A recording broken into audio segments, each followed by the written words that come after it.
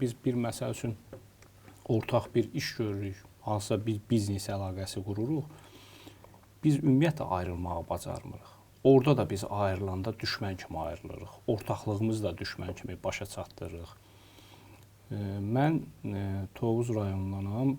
Bizim kəndimizdə mənim bir müəllimim var idi. Onun qızı ailə həyatı qurmuşdu. Sonradan da boşandılar. Boşanmadan bir müddət sonra keçmiş ər qısqanclıq zəmində gəldi bu xanımı qətlə yetirdi. Mən bunu bağlayıram sırf bizim belə deyim, illərdən gələn adət-ənənə ilə bağlayıram.